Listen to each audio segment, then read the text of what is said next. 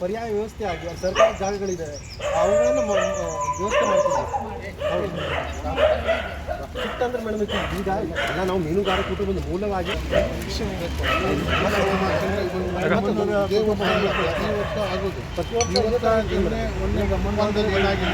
ಮೊನ್ನೆ ಗಾಡಿ ಹೋಗಿದ್ದು ಆ ಸ್ಥಿತಿಯಲ್ಲಿ ಈ ಭಾಗದಲ್ಲಿ ತುಫಾನ್ ಜಾಸ್ತಿ ಆಗುತ್ತೆ.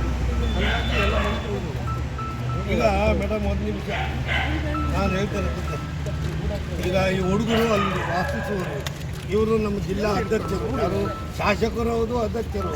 ಆದರೆ ಪರಿಸ್ಥಿತಿ ಏನಾಗಿದೆ ಅಂತ ಹೇಳಿದ್ರೆ ಇವತ್ತು ಅವರು ಇರುವಂಥ ತಲ ಅಂತಾರೆ. ಯಾಕಂದರೆ ಕರಾವಳಿಯ ಏನು ಇದ್ದಿದೆ ಬೆಲ್ಟ್ ಅದು ನೀರಲ್ಲಿ ಇವತ್ತೇನು ಕಡಲ ತೀರದಲ್ಲಿ ಏನಿದೆ ಇವತ್ತು ನಿಮ್ಗೆ ಗೊತ್ತಿರ್ಬೋದು. ಈಗ 1 ವಾರ 15 ದಿವಸ ಆಯಿತು, 1 ತಿಂಗಳನ್ನೇ ಮಳೆಯ ಪ್ರಕೃತಿ ವಿಕೋಪದಲ್ಲಿ ಏನಾಗಿದೆ, ಸಂಪೂರ್ಣವಾಗಿ ಆ ರೋಡ ಏನಿದೆ ಅರ್ಧಕ್ಕರ್ಧ ಇದು ಕೊರೆದು ಹೋಗಿ ಇರುವಂಥ ಏನು ಮೀನುಗಾರರು ವಾಸಿಸುವ ಈ ಕೊರತೆಯಾಗಿ ಬಹಳಷ್ಟು ಬಾರಿ ಸಚಿವರುಗಳಾಗಲಿ ರಾಜ್ಯದ ಮುಖ್ಯಮಂತ್ರಿ ಕೂಡ ಅಲ್ಲಿ ಬಂದು ಹೋಗಿ ಗಮನಿಸಿ ನೋಡಿದ್ದಾರೆ. ಆದರೂ ಕೂಡ ಅಲ್ಲಿ ಒಂದು ಡಿಸಿಷನ್ ಆಗಿಲ್ಲ ಇನ್ನೂ ತನಕ.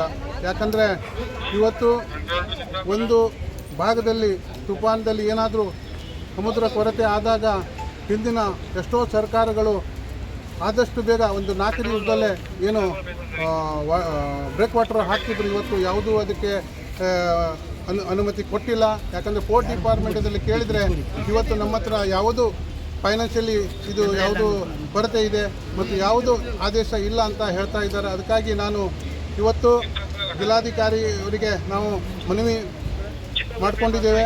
ಆದಷ್ಟು ಬೇಗ ಇದಕ್ಕೆ ಒಂದು ಏನಾದರೂ ಒಂದು ಆದೇಶ ಮಾಡಬೇಕು.